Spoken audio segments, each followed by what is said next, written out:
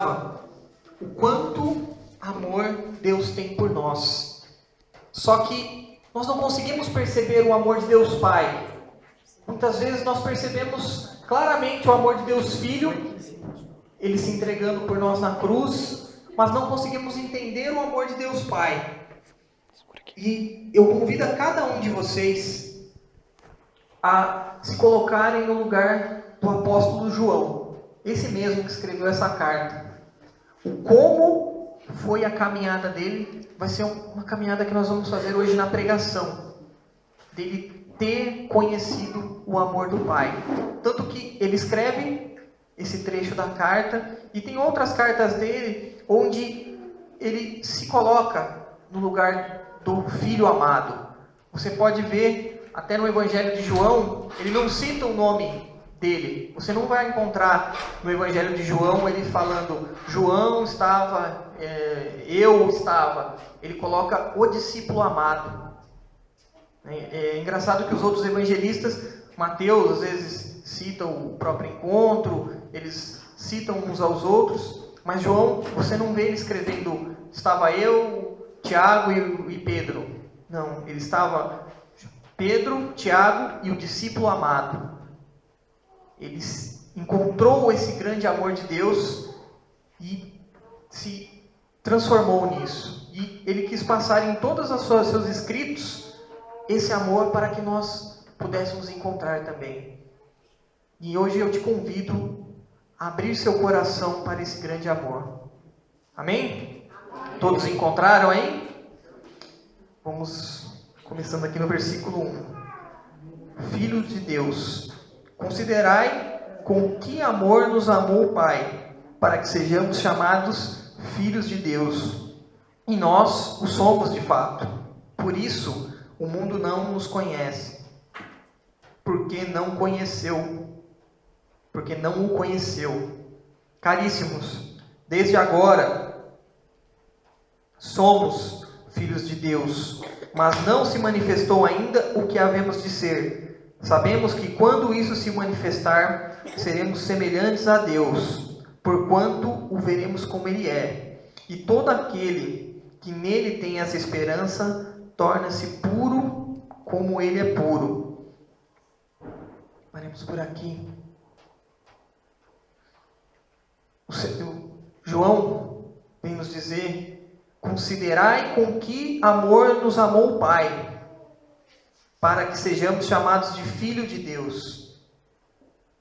A gente olha hoje em dia, meio que ficou banal a gente chamar Deus de Pai.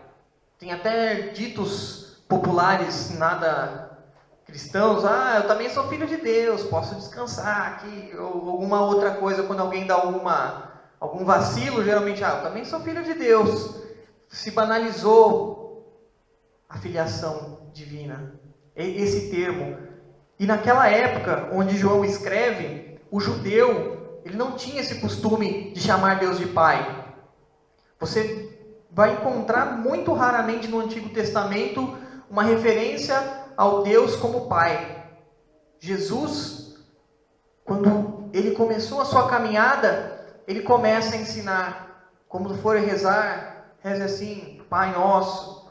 Ele faz várias referências a Deus como Pai. Isso escandaliza muitos judeus da época. Os fariseus até acusam ele de ser, não sei se a palavra certa seria heresia, mas de estar julgando, levando o povo para o erro. Porque, nossa, como ele, que ousadia, chama Deus de Pai, Deus que é tão poderoso, o Criador, ele chama de Pai. Para o judeu não era tão simples. Para nós, a gente chama como se fosse falar qualquer coisa. Nós não percebemos a grandeza que é chamar Deus de Pai. E quando João escreve isso, considerai o amor que Deus nos amou, quer dizer que Ele ignorou todo o nosso lixo, todo o nosso erro, e nos adotou como filho. Todos os nossos erros que nós cometemos ao longo da história, desde Adão e Eva, passando por todos os momentos ali, os profetas, Moisés, até no tempo de Jesus, onde crucificaram, mesmo assim Ele continuou amando a cada um de nós, amando você. Por mais erros que você tenha cometido na sua vida, por mais coisas, desvios, erros que você fez, às vezes coisas que você sente no seu coração de maldade, Ele continua te amando, a ponto de chamar você de filho. Esse é o amor de Deus, esse é o amor que Ele tem por nós. E João encontrou esse amor que é tão grande, que não vou pedir para você pegar, mas em Isaías, a gente tem aqui, Isaías 49, se você quiser anotar para depois ler, Isaías 49, versículo 14, o Senhor diz: Sião dizia, o Senhor abandonou-me, o Senhor me esqueceu. Pode uma mulher esquecer daquele que o amamenta, não ter ternura pelo fruto de tuas entranhas? E mesmo o que ela esquecesse, eu nunca te esqueceria. Eis que estás gravada na palma da minha mão, tenho sempre sobre os olhos tuas muralhas. O seu nome, irmão, está gravado na palma de Deus. É o Senhor falando para você, mesmo que a sua mãe te esquecesse, te abandonasse, te rejeitasse, Ele jamais o rejeitaria. Ele te ama a ponto de entregar o seu próprio filho na cruz para salvar os teus pecados. Esse é o amor do Pai. É um amor que desconcerta a gente. Nós não vamos conseguir nunca retribuir o amor do Pai por nós. Mas eu falar assim, ler esse trecho de Isaías, meio poético, não nos ajuda muito a entender o que é esse amor do Pai. O que vai nos ajudar a entender esse amor do Pai é fazermos o caminho de João. Esse mesmo João que escreveu esse trecho da carta. Qual foi o caminho de João? Vocês se lembram que ele e seu irmão Tiago, os dois eram chamados de filhos do trovão, porque os dois tinham uma personalidade difícil. Tem uma passagem na Bíblia onde eles estão passando e as pessoas não acolhem Jesus e os discípulos. E os dois falam, peça para que venha trovões, raios do céu sobre eles. Tamanha a personalidade difícil dos dois. João era difícil. João e Tiago chegam a pedir, eu acho que foi o evangelho de alguns dias atrás, a Jesus para que um se sentasse à direita e o outro se sentasse à esquerda, quando Jesus fosse assumir o reino. Ele não tinha entendido ainda a missão de Jesus. E ele estava se imaginando naquela peregrinação com Jesus, passando por cidades, vendo milagres, que o reino de Deus ia ser a glória aqui na terra. Que ele ia pegar, ser um primeiro-ministro, chegar, olha, Jesus, acho que eu quero governar aquela parte ali do templo ali, a parte leste ali, acho que é mais bonita, deixa eu governar ali, o resto você divide aí para os outros. Ele estava se achando demais ali. Nossa, eu vou sentar à direita do mestre. Ah, o mestre. Ali ele estava cheio de si mesmo, cheio do seu orgulho, e não enxergava o amor do Pai. Tanto que, mais adiante, quando Jesus revela aos seus discípulos que ele deve morrer, ele não se indignou como Pedro, quer dizer, não externou como Pedro. Imagina, Senhor, você não vai morrer, que isso? Mas ele provavelmente deve ter sentido a mesma coisa. Não, Jesus, eu vou governar junto com ele. Como que ele vai morrer? Deixa isso para lá. Ele não tinha entendido o amor de Deus. Quando ele começou a entender o amor de Deus, quando ele foi obrigado a se esvaziar, quando ele viu seus sonhos serem destruídos. Às vezes o Senhor faz isso conosco. Nós montamos um plano, traçamos uma meta, e o Senhor pega aquilo e fala assim, ó, não é nada disso, e puxa o nosso tapete.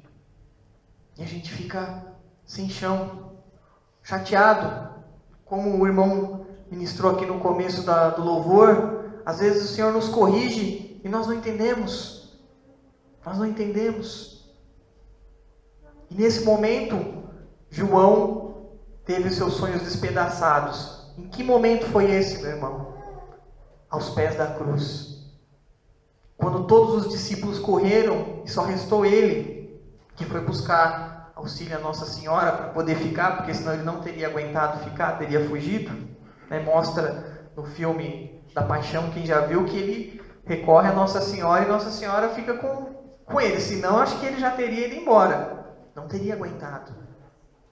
Mas ele, ao ver o seu mestre, aquele que um dia atrás estava ceando com ele, e diz a palavra que ele até recostava a cabeça no peito de Jesus, tamanho o amor que ele tinha por Jesus, mas ele ainda não conhecia o Pai. Como Filipe também em alguma passagem, mas para trás vai dizer, Jesus, mostra-nos o Pai. Ele vai dizer, mostra-nos. Provavelmente os outros discípulos ali também não tinham entendido. João não tinha entendido.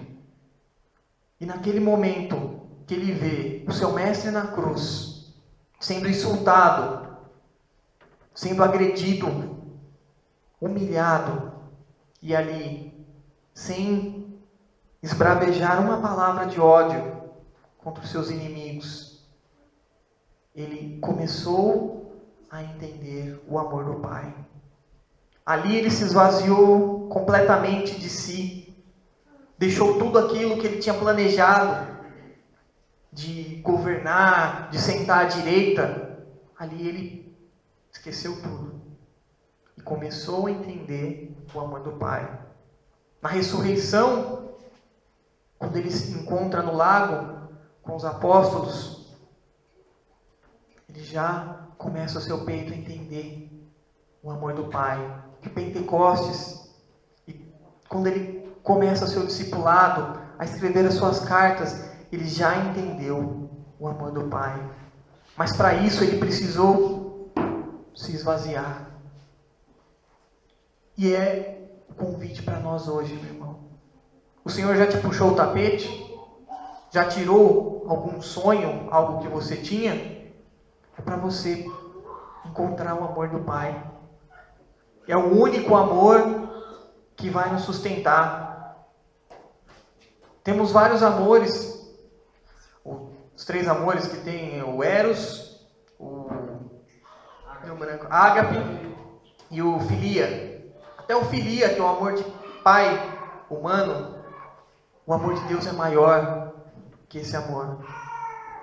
Até esse amor que é um amor genético, é um amor ali que transcende. Mas o amor de Deus é maior. Mas, assim como uma criança, eu estava observando aqui, a menininha ali, desculpa no seu nome ali, Alice, o irmãozinho ali, ele vinha para cá, ela ia atrás. Ele ia para lá, ela ia atrás. Por que isso? Ela confia, Sua filha, ela confia. Se nós identificássemos Deus como Pai e o amássemos, nós estaríamos sempre seguindo a Deus. Mas como nós nos enchemos de nós mesmos, nós fazemos como o filho pródigo. O que o filho pródigo fez? Ele estava junto do pai, cresceu ali todos os momentos, só que chegou no momento, provavelmente um pouco depois da adolescência, e se encheu. Estou aqui nessa fazenda, aqui um monte de coisa, velha, estou com esse meu irmão chato aqui, que só quer saber de trabalhar, servir o pai, esse meu pai aqui também. Vou para a cidade, vou para lá, que lá está o meu lugar. Ele se encheu dele. Quando provavelmente deve ter ido ao comércio lá vender as coisas do seu pai, alguém chegou e falou: olha, nossa, você tão esperto, tão bonito ali, vem para cá, deixa tudo. E ele se encheu dele, ele se achou demais e matou o pai. Diz a palavra que quando ele fala, me dá a parte que me cabe, ali ele mata o pai, porque o pai não havia morrido. Não existe herança se o pai não morre. Isso é até jurídico. Não tem como você chegar para o seu pai e falar: me dá aí metade da casa aí, porque eu quero minha herança. Seu pai está vivo. Não tem lei que faz isso. Quando ele pede antecipado, tal desprezo dele pelo pai, como se ele tivesse matado o pai. E ele sai, todos nós conhecemos a história, também não vou pedir para abrir. E quando ele, sem o dinheiro, humilhado, comendo a lavagem dos porcos, ele está vazio do seu orgulho, de tudo, e ali ele percebe o amor do pai. Ali ele entende e volta. O mesmo caminho de João, que quando vê o seu mestre, aquele que iria dar uma parte do reino, morto, ele se esvazia e entende o amor do pai. Esse é o convite, esse é o caminho para nós. Qual é o seu orgulho? O que te impede? Do que você está cheio? Do que você sente orgulho de você? Você fala, nossa, como eu canto bem, como eu falo bem, como eu prego bem, nossa, eu sou muito inteligente, no meu serviço eu sou o melhor do meu setor. Nada. Se esvazia. Abra o seu coração. Deixa tudo isso. Você vai conseguir entender o amor do Pai. Esse amor que é tão grande, que Ele, no seu plano de salvação, quando Ele criou o homem, Ele já sabia o que ia acontecer. Que Adão e Eva iam trair, comer do fruto, que Ele ia fazer aliança com o povo de Abraão, e o povo ia trair Ele diversas vezes. Ele ia atravessar o povo depois do Egito, e o povo ia trair, ia fazer bezerro de ouro. E mesmo assim, Ele fez, e deu sentido à criação, deu sentido ao homem. Mesmo o homem com esses erros, Ele pegou o filho dele, amado, mandou na terra sabendo que ele ia ser morto. Esse é o amor de Deus. Nenhum amor desse mundo chega nem perto desse amor. Mas é difícil percebermos o amor do Pai. É muito difícil. Até mesmo quando orava por essa pregação do amor do Pai, eu falava, mas como posso ilustrar, como entender? O Senhor falava, esvazia, você está muito cheio de si.